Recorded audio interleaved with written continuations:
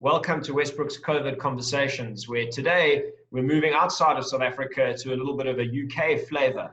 Joining me today to talk about the UK cinema industry and advertising sector is Kathryn Jacob. Kathryn is the CEO of UK-based Pearl & Dean Cinemas. She also sits on the development board of the Royal Academy of Dramatic Arts, the board of AOC Sport, the council and board of the Advertising Association, and also is a member of the executive board of SAWA, which represents screen advertising companies worldwide. Kathryn is also a co-author of the 2016 book entitled The Glass Wall, Success Strategies for Women at Work and Businesses That Mean Business. Kathryn, thank you so much for joining us. You are welcome. It's lovely to say hello to you and to have a chat. Kathryn, maybe for those of us who aren't familiar with Pearl & Dean, can you give us just a little bit of background to the business? Pearl & Dean is a cinema advertising company founded in 1953 by two brothers, Charles and Ernest and Bob Dean, a friend of theirs. And it's one of the longest running cinema advertising businesses in the world. If you're based in the UK, our theme tune, Asteroid, will be the soundtrack of your film going experience. And actually our music's just been used by Mini as part of a launch campaign. So we have a revenue stream out of our Sonic logo. We work with different chains in the UK, big chains such as National Amusements, which come out of the States, smaller boutique chains like Everyman, which is the fastest growing chain in the UK, as well as lots of independent cinemas throughout the UK. Kathryn, that business model is reliant, I'm assuming, on two things, being obviously tickets as well as advertising. It's reliant on, well, we sit at a triumvirate between brands, films and cinema. And so two things kind of predominantly drive our business model. One is the ad market and the other is film releases. So if you have a buoyant ad market and a so-so film release schedule, you'll still have a good time. If you have a so-so kind of ad market, but a brilliant film schedule, advertisers will be drawn to films. So for example, in the UK, Bond films are like Christmas for us because brands love Bond films and are kind of queuing up to kind of be associated with it. So our job is fundamentally to put film and the cinema going experience or the cinema experience front and center of brands' considerations. And if you'd like me to, I can run through some ways that we do that. So some of it is just straight cinema advertising. So, you know, you turn up just before the film comes on, you see a nice ad for Jaguar and Procter & Gamble, I don't know, Unilever, a nice hotel chain, you have that. We've also in the past worked with brands like Samsung to put some of their products into films, actually within the context of the film. So we brokered the relationship between Samsung and the first Kingsman film with Taron Egerton. We also have have ads in very unusual places. So if you go on the Queen Mary 2, there's a cinema on those really luxury cruise ships. You'll see a Pearl & Dean ad reel there. And should you ever want to leave the delights of South Africa and sit in a nice park somewhere in the UK outside in the summer watching a film, we work with Luna and Rooftop and Nomad, who are the biggest outdoor cinemas in the UK, and we've got 100% market share of that market. So Kathryn, I'm very interested, I suppose, in the impact that COVID-19 has had on your business. I suppose both to cinemas where you have to go in person, but also in things like the cruise liner industry that you've just spoken about. How's it gone so far?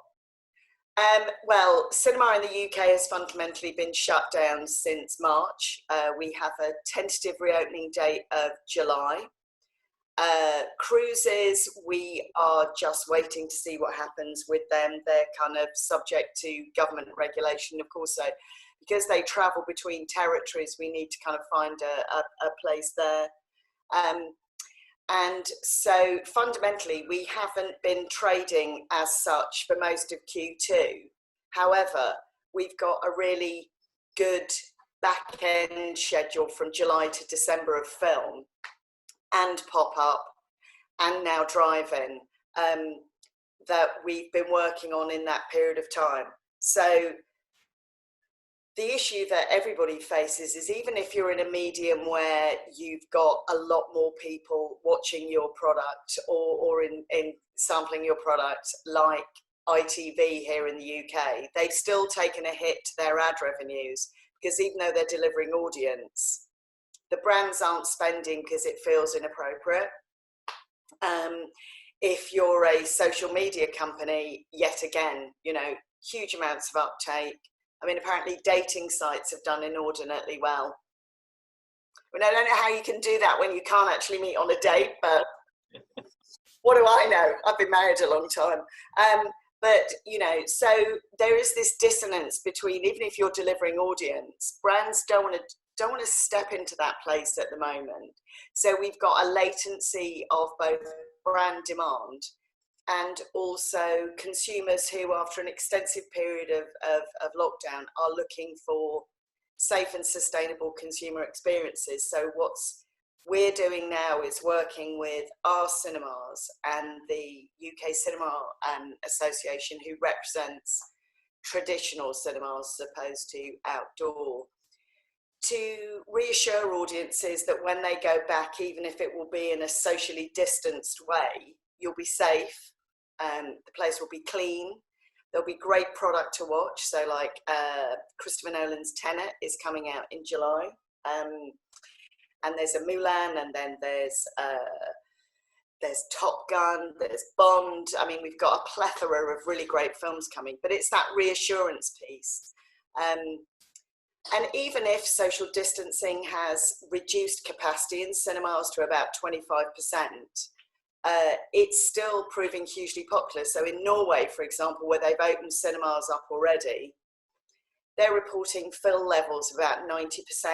So there's huge amounts of demand there, with people wanting to go out, because frankly, everyone's just bored of being at home with the same old people and have watched everything they ever want to watch and just want to go and have an experience. So is that the thinking going forward? Perhaps when the UK reopens, sort of 1/4 of the cinema space will be used, and then the rest will be open to ensure social distancing. Exactly. So you'll get a system where you'll have one row where people will sit. There'll be a social distance space. The row behind them will probably be empty, and then the row behind them will have people in it. You'll have timed kind of entry, so you'll probably fill from the front of the cinema back, and then at the end of the film, the back of the cinema goes first. You'll have an enhanced cleaning regime. You'll have to book. You won't be able to just turn up because that would just be too difficult, but also it enables you to kind of run your social distancing. So a lot of thought has gone into that. And the point about it is that actually cinemas never run at really, really full capacity most of the time. And I think what we might see is a change in viewing habits. So instead of getting peaks on Fridays and Saturdays, and also in the UK on Wednesdays, where we work with a company called Compare the Market, the UK sector work, and their members get discounted tickets. That's the kind of third peak. What we might get, because more people are working from home, is people just starting work early, and then at 3 deciding they'll go to a movie at 4. And then, so I think it'll change the way that we experience cinema. So all those people who rather naughtily kind of used to sneak off and pretend they were going to a meeting will now discover that the cinemas are very full. Kathryn, a question about the future. I mean, you may have answered this, I'm sure, in the past before. Those who would argue that perhaps cinemas are some form of an antiquated medium, and the likes of Netflix and online and so on and so forth may cannibalize your market share. In a post-COVID, socially distanced world where online is such a big theme at the moment, how do cinemas stay relevant into the future? Well, cinema has been around for over 100 years. So when radio was invented, apparently no one was going to go to the cinema anymore. When television was invented, no one was going to go to the cinema anymore. When video recorders came along, no one was going to go to the cinema anymore. When multi-platform, when Sky launched, no one was going to go to the cinema anymore. And yet, for the last 2 years in the UK, we've had our highest attendance figures ever.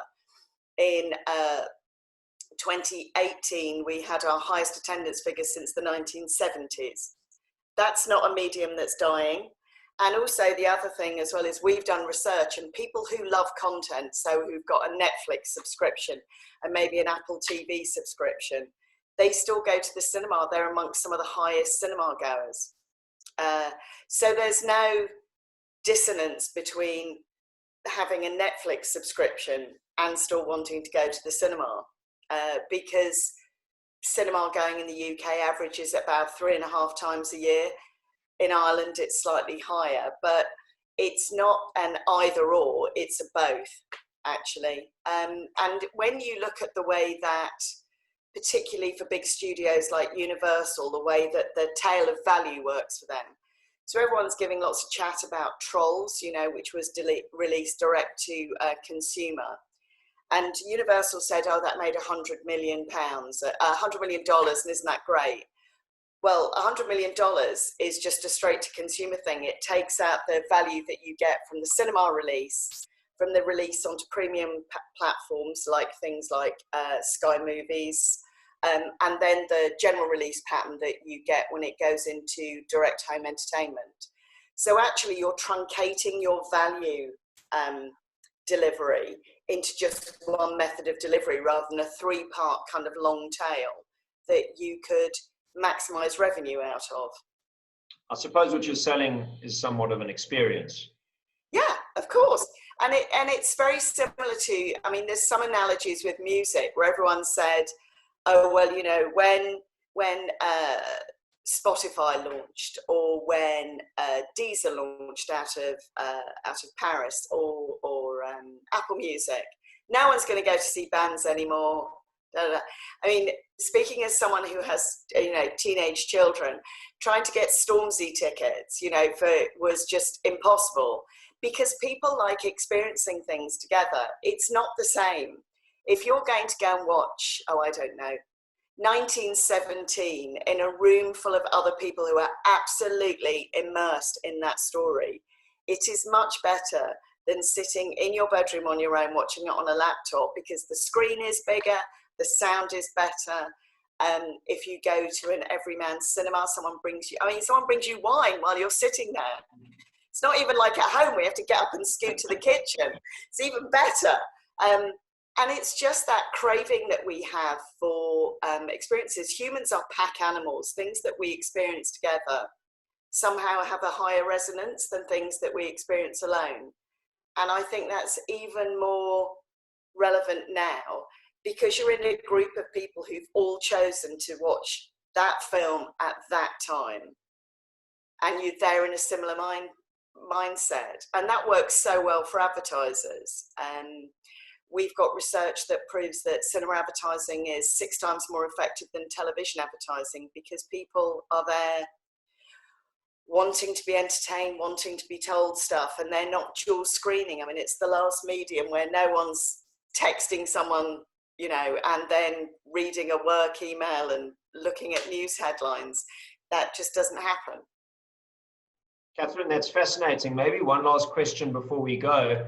And I don't know if I'm allowed to ask this, but I understand that there's a new book on the way. Am I allowed to ask for a I have got another book on the way.